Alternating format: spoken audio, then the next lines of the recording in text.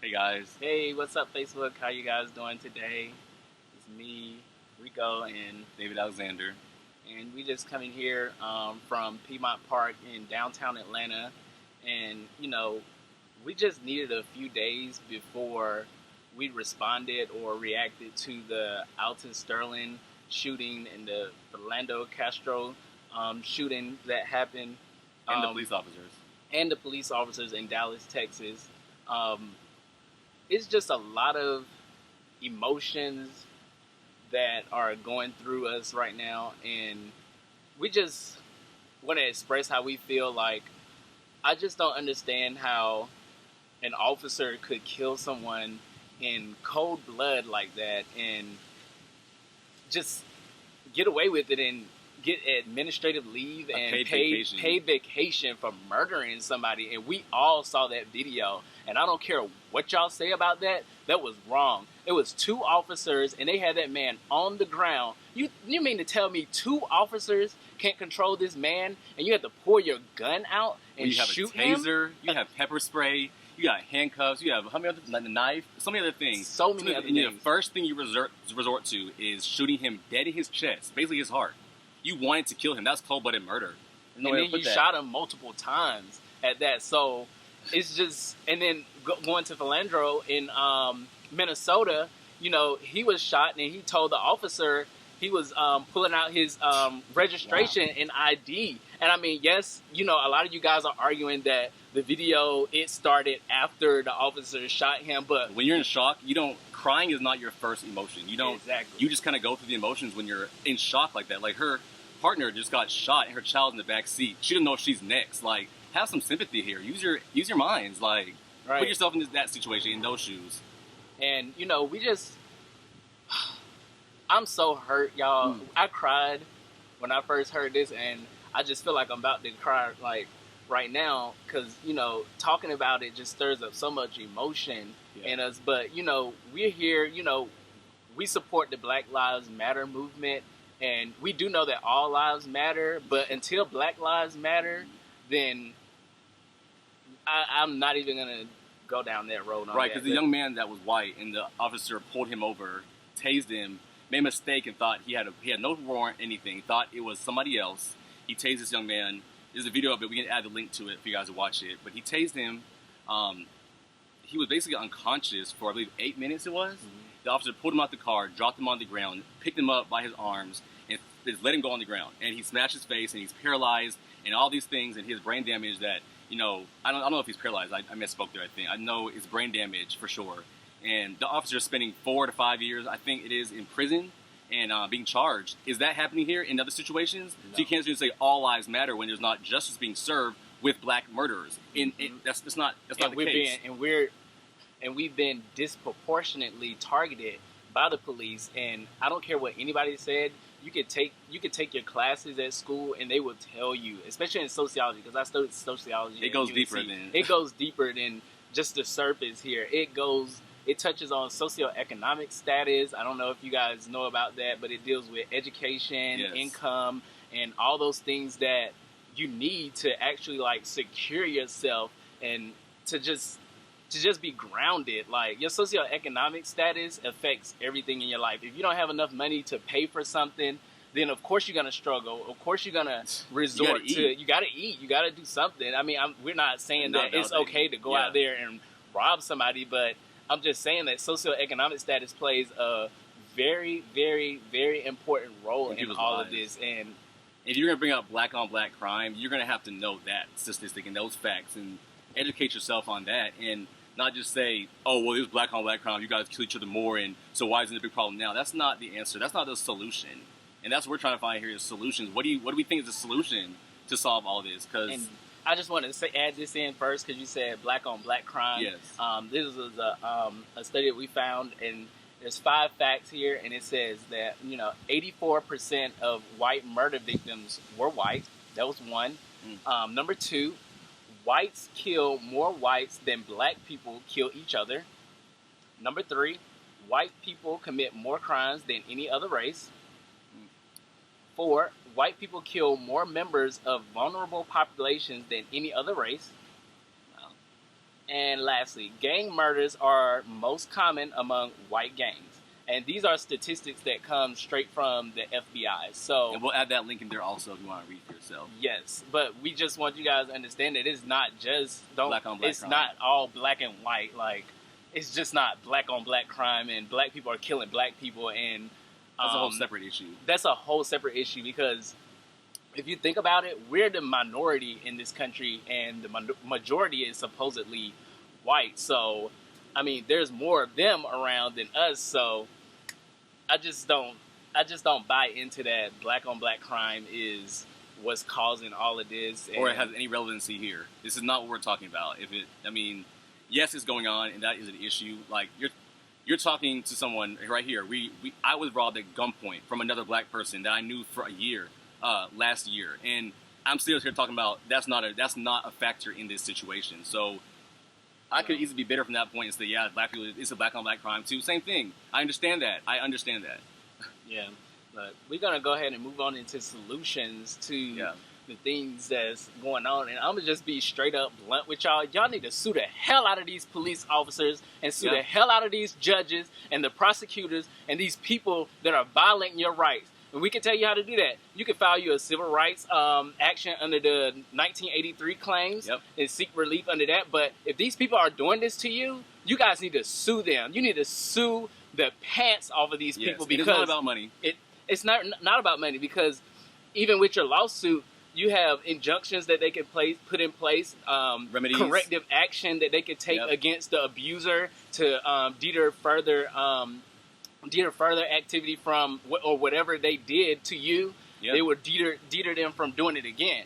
And so we just want to tell you guys, you know, it's not all about money, but when you sue somebody, it is better than posting it on Facebook and not doing anything about it and just venting about it, because the only action that you really can take is, well, the first thing you need to do if anything happens to you like this, if you're alive or anything like that, is to record and document everything that happens to you. And then you need to file a complaint with the agency that's responsible for harming you and allow them a chance and an opportunity to address it. And maybe they may have some administrative remedies or some type of relief for you to solve the problem or the complaint that you have. But then if they don't do that, then the next step is to take them to court. And that's just being 100% honest with you guys that, you know, this is one of the only ways to combat this bad system. And I know a lot of people feel discouraged when this happens to them, and they just, when it's over with, they just want to put it down. Yeah, want to put it behind them and just leave it alone. But no, you have to fight. I mean, marching works, protesting works. But petitions. Yep, petitions, online petitions. Change.org is a good one to help make change happen, and other things, the solutions. What do you think from your point of view, David? I mean, the same thing you're saying. It's really deep. I mean, it depends what point you're trying to come from. Like, there's so much going on right now, like the Dallas shootings and the police officers and people having their opinions to say about certain things and what they believe is the solution. The only thing I can think of, if you happen to have something happen to you, you got to do something about it. Because it really is about the kids and the future generation that we're leaving behind here. It's not, you can't be selfish and be like, I hate to say you're selfish, but it really is when you go through a situation and you know it can happen to somebody else and you don't say anything about it, or you're in the position, even worse, if you're in the position to help and you turn a blind eye. Because at the end of the day, silence is agreement. And if you don't do something about it, it's going to happen to somebody else. And we all know this major problem, and it's out of control right now in this country. But you have got to use your voice. Don't let them make you think, well, they're trying to make you think that you're nothing, that you don't matter, that your voice doesn't count, that you're going to file a complaint and might get thrown out, or you're going to file a lawsuit and get thrown out. So what? You got it out there. It becomes public record, and you have a right to have open record requests and request these videos and release it. If they get tired of releasing or writing checks to people who are getting abused and beaten up, they're going to stop their shit. They're going to tighten it up. These officers aren't going to keep on getting paid to go home for however long and someone's family's dead. They're not going to do that. If that family steps up, sues the hell out of them, speaks up, exposes them, whatever, they can't just keep doing it. They're not going to keep doing it. They can't, because one thing about the government is they hate spending money. Cheat.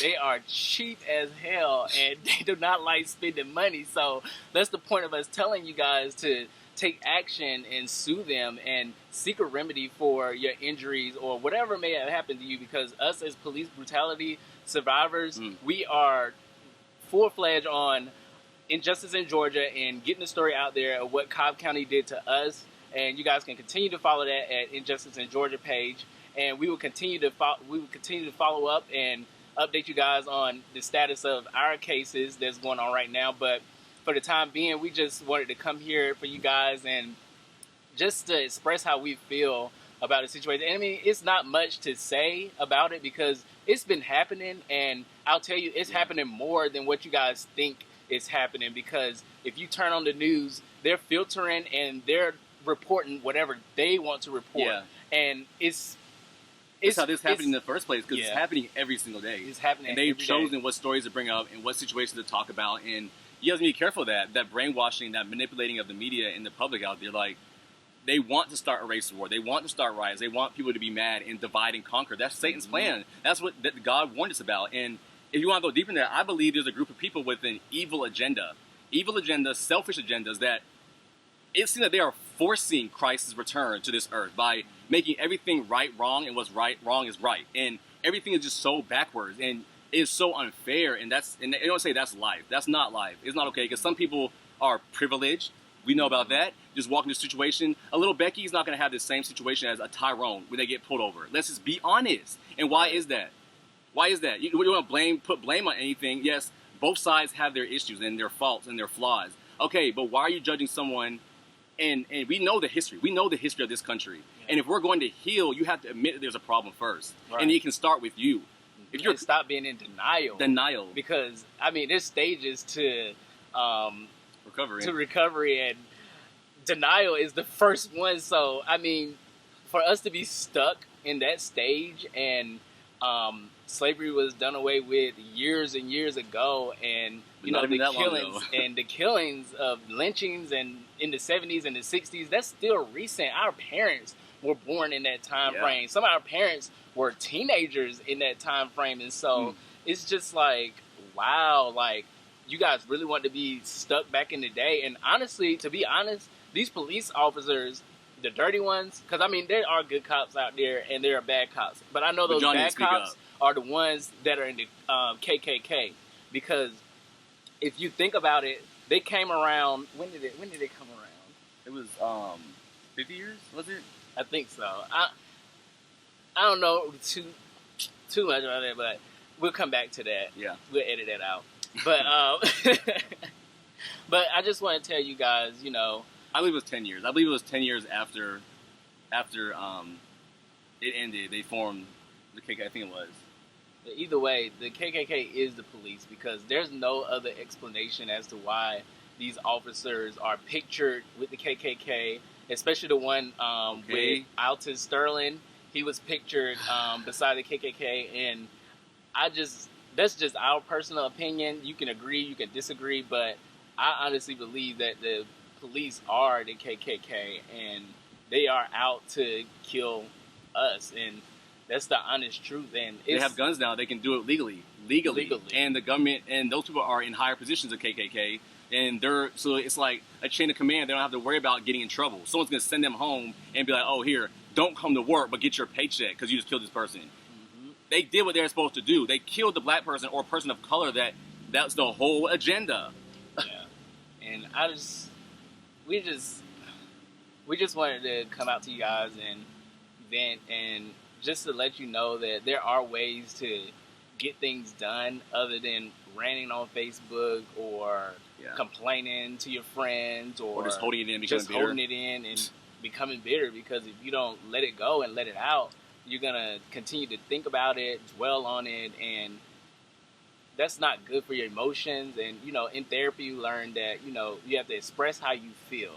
And if you feel that an injustice happened to you, then you need to take action, and you need to step up, file your complaints.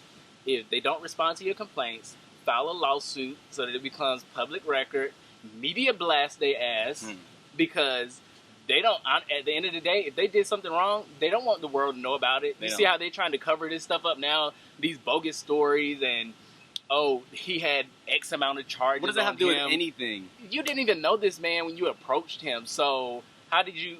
It's just ludicrous that someone would even try to justify murder. And right, like I said earlier, you have all those other things to do before a gun. You got a taser, pepper spray, knife, handcuffs, everything. You go straight for the gun?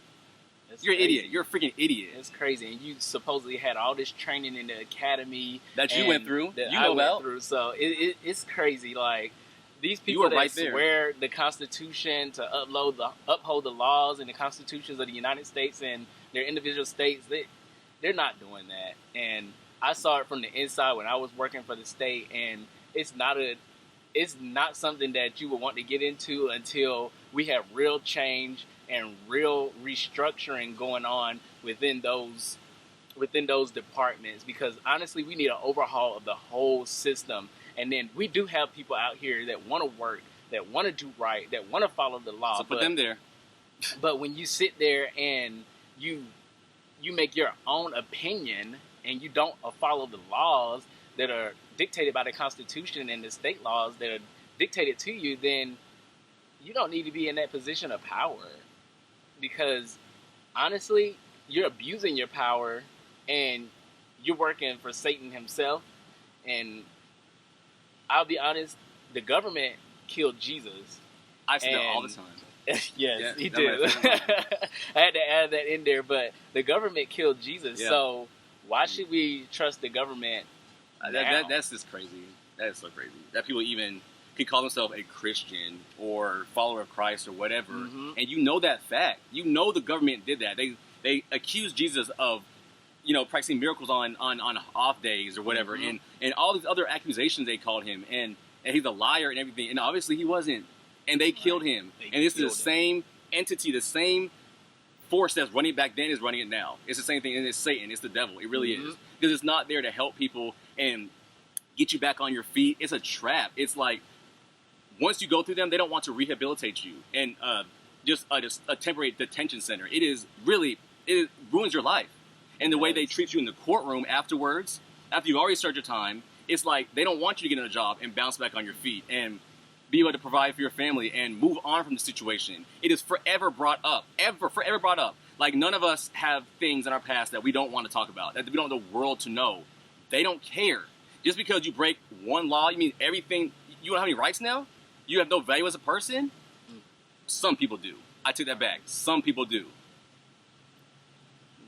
This is deep, y'all, and we should continue to speak up, come out, even if it happened to you years ago. If an injustice happened to you, send us a message, Injustice in Georgia page, send us a personal message, and we will help get your story out there, because the goal here is to expose the government for the corrupt cells that they are. And to be honest, it's like, the more people that speak up and speak out against the injustices that are happening to them, then the problem will go away. Because when people who are from over here and over here, stories start matching up and it's the same story you're telling, it's not a lie. That's not a lie. That's not you playing a victim. You can't manipulate that. That's just the truth. You can't. And just want to thank you guys for listening to us vent, and because this is our therapy, and this is something that we're very passionate about, because we are survivors of police brutality, and those people, they aren't alive, and they can't tell their story, and they will forever be silenced, and forever their life is forever cut short because of somebody's ignorant decision to kill them in cold blood murder out of hate. That is wrong. But I want you guys to take this whole video away from us and just to reflect on, if something's not right or something doesn't sit right with you, speak up, speak out, and you'd be surprised to know who went through the same thing, or who else was carrying this burden on their shoulder and has not spoken about it. They think they're so alone.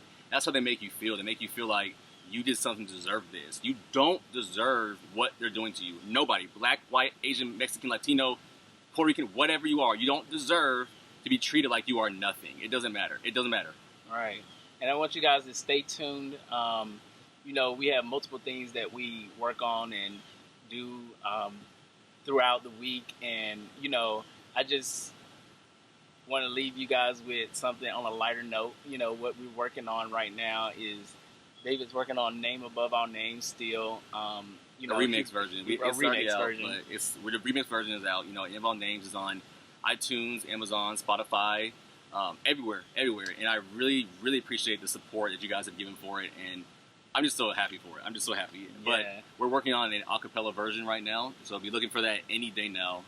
And I just want to remind you guys that, you know, David wrote this song when he was going through his, you know, battle with Cobb County and all of the injustices that they did to him. And, you know, his video is available on YouTube and on Facebook and on our Injustice in Georgia page. And he wrote this song, you know, out of the pain and hurt that the government had caused him. And for what? For what? For what? All because of the color of his skin and his character. Yeah. But we're going to let you guys go, and thank you for watching, and we'll see you later.